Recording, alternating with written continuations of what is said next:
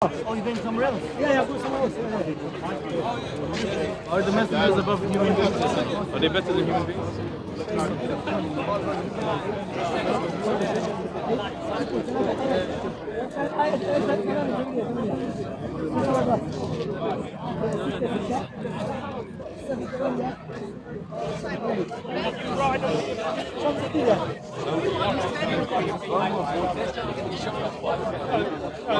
Because I had one guy working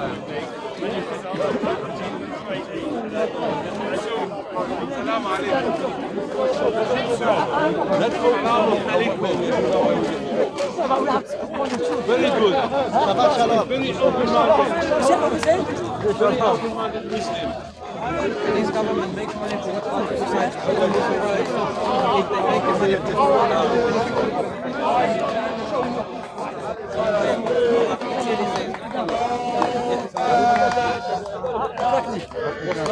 Back in the days. But I will sit down. Yes, back in Jahiliyyah? Yeah, sure. Jahiliyyah is good there. Oh, that's nice. Yeah, but alhamdulillah, not nice, man. Jahiliyyah not nice. But you're nice. Thank you. But Sandra, when you have to open up a dialogue. No problem, inshallah. It's far more important to open up dialogue than we're never going to agree on most of it. No. No, Aaron. Me, as a Muslim, I love the truth, to convey the truth to the people. If we just talk about what we agree upon and leave what we disagree.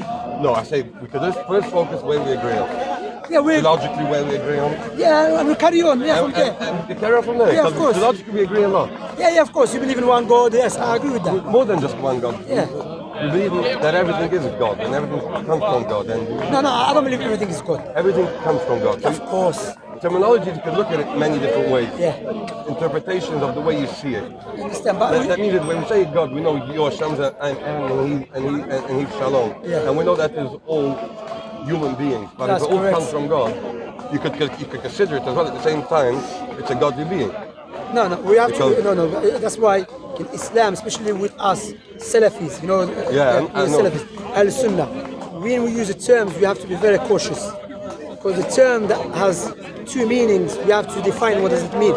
For example, when we say we came from God, mean yes, we say Inna lillahi wa inna ilayhi raji'un. We came from God, we return to Him. Mean we've been created by God.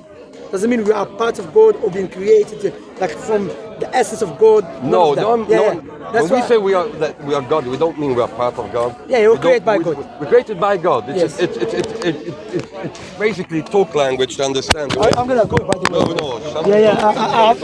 I have a class 6:30. Yeah, I have 6:30, and it's my first class today after the lockdown, man. But there's a lockdown anyway. So yeah, we agree with that. We carry on, like us. We believe in Moses. Understand? But we have to. How do you call him? Musa. No, Isa is Jesus. Yeah, Isa. you believe in Isa as well. But You believe in Isa as Isa, well. yeah, Isa alayhi salam. We believe. You believe in Isa? No. Yeah. See, us we believe in Isa and Musa. So now we have to talk about believing in God, believing in Prophet Muhammad. Why Prophet Muhammad is a true prophet. We believe in Prophet Muhammad is a true prophet for Muslims. Yeah, you see, Muslims. this is your I'll second tell you why. person. I'll tell you why we say it. I'll tell you why we say it. Go on. For us, the word prophet comes with the regulations, what it means to be a Jewish prophet. A Jewish prophet, rule number one is he can't change the Torah. Yeah, I believe. And from I know that perspective, he Yeah. can't be our prophet, but he could be a prophet for Muslims. I understand that. Yeah. And Maimonides says it as well. Yeah, that's true. It's true. But if you believe he's a prophet of God, which is you believe in Nabi, because you say Nabi. Nabi, yeah, it's so you believe it's Nabi. I believe he could be a Nabi for the Muslims. Yeah. Yeah. If you believe that, do you believe he is or he could have? For us, no. For us, no. No, I understand that. For the Muslims. I believe he came to give a good message. To From the who? Muslim people. From who? If it talks of one God, then it's from God. From God. Then logically speaking now, God will not choose a liar to convey his message, correct? God won't use a lion. To convey his message. In history, there was a lot of liars. No, forget about Hassan. I'm asking you about a true one. A true prophet. A true prophet. Now, God this is where we're going to look at two different perspectives from it. That means as follows. We believe that when I come and tell my brother something about my father, it's a message I want him to hear, irrelevant of what I want his sister to hear, yeah? That means if I come to enlighten one people, irrelevant that what he says to this one people about other people, His message is to this people. No. Let me tell you why. Aaron, you haven't answered my question. Don't be politician. No, I'm not being politician. I want to come to a Aaron, point. don't be. I know what you're going to get to. You're going to get to the point is that Muhammad said that he is the true prophet for all people, and something going on. That's the point I'm getting to. If you believe he was sent by the Most High to convey the message, then you'll be contradicting yourself by saying, I'm going to reject some stuff saying, he's not allowed to say other things about other nations. I'll tell you why. If he's a true prophet, you have to accept the message holistically. Because God will not choose a liar to convey the message. I agree with you. I agree with you. That's it. Yeah, but that's which came with. That's which we can agree. But I will agree with you one more. Yeah. That's why he came with.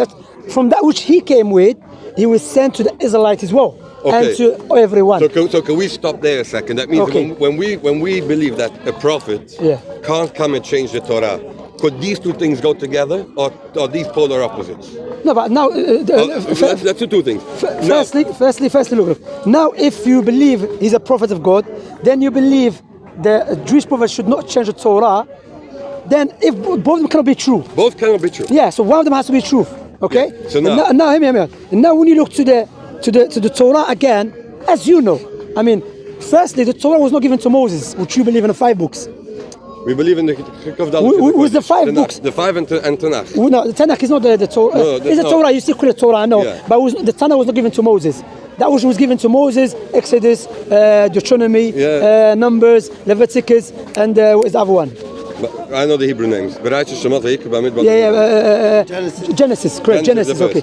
So this book was given to Moses, correct? Given to all of us. Yeah, but God spoke to Moses. God didn't speak to Moses. God spoke to the people of Israel. Okay, at the time of Moses.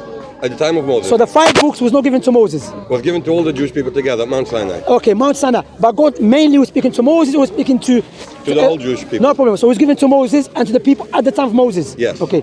So when he said he died at the age of such and such, and the people cried for him. And the last passage in Moab. But listen to this point, yeah? Since then, so you can see clearly, come Aaron, yeah? And every time I speak to this guy, he tells me he has to go. Now I have to go now. But hear me out here, because I have to be... the point here, I want to... Can anyone get the last Deuteronomy? I know what you're heading to. I know exactly what you're heading to. You have to focus on it. I'll tell you exactly what you're heading to. I'll tell you what you're heading to. Yeah, go on. Into the words where the Torah says that Moses died, and that passage is all that happened after Moses died. So you're going to say that can't be that Moses wrote it because after he died. The main one, which is powerful, he says, since then. So this passage saying, since then, there was no prophet has risen like Moses. Yes. This writer here, or this passage cannot be written by Moses. At the time of Moses, or was given to the people at the time of Moses. Now, Shamsi, can I enlighten you, Shamsi? But I want to tell you why. No, Aaron, you have to let me finish. But time is tight. I know time is tight. Everybody have to let me finish. I want to finish this one to go. Finish. So here, this statement cannot be at the time of Moses, cannot be given to Moses, or to the followers of Moses, or the followers of Moses.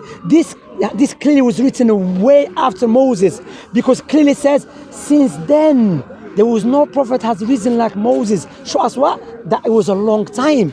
Now, go ahead now. Shamsa, this is what you are asking now. I don't know if you know how Jewish Torah works, but on every verse of the Torah, there are about hundreds of questions where the rabbis debate it. I understand that. Maimonides, and there's many scholars. It's called Mefarshim. I think there's a similar word. Even Maimon, he said this one of the passages should be secret, should be hidden from the layman. Now, many of these questions that you're going to ask are already 1,000 years old, 2,000 years old. I understand that, but it has not been sorted. And the way Judaism works is, you have a verse from the Bible, a verse from the Torah, and we see it. There are many ways to see this verse. But before it's coming, but therefore, one second. All of his salam alaikum.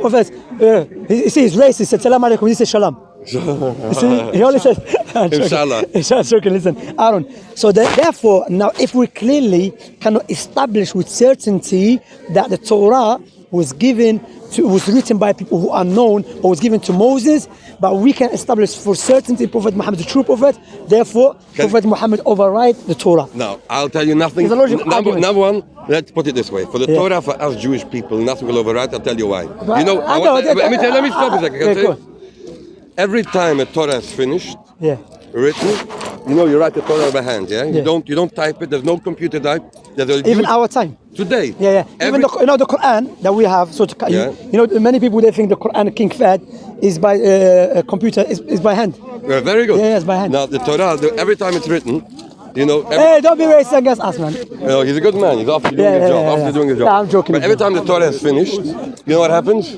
It's the biggest party in Judaism. But I don't come on. Be honest, finished. man. 1 second. No, Aaron, you're not dealing with my point. My point here is clearly I'm showing you from proofs from within the Torah that Torah cannot be given to Moses, cannot be given to the people of Moses, cannot be given to the people that came after Moses, because the passage that was written clearly came way after Moses. You understand? You have to understand where the Torah is written. Yeah, Aaron, let me finish. Now, clearly, you have a big disagreement amongst your, I was going to say Christian scholars, amongst the rabbis.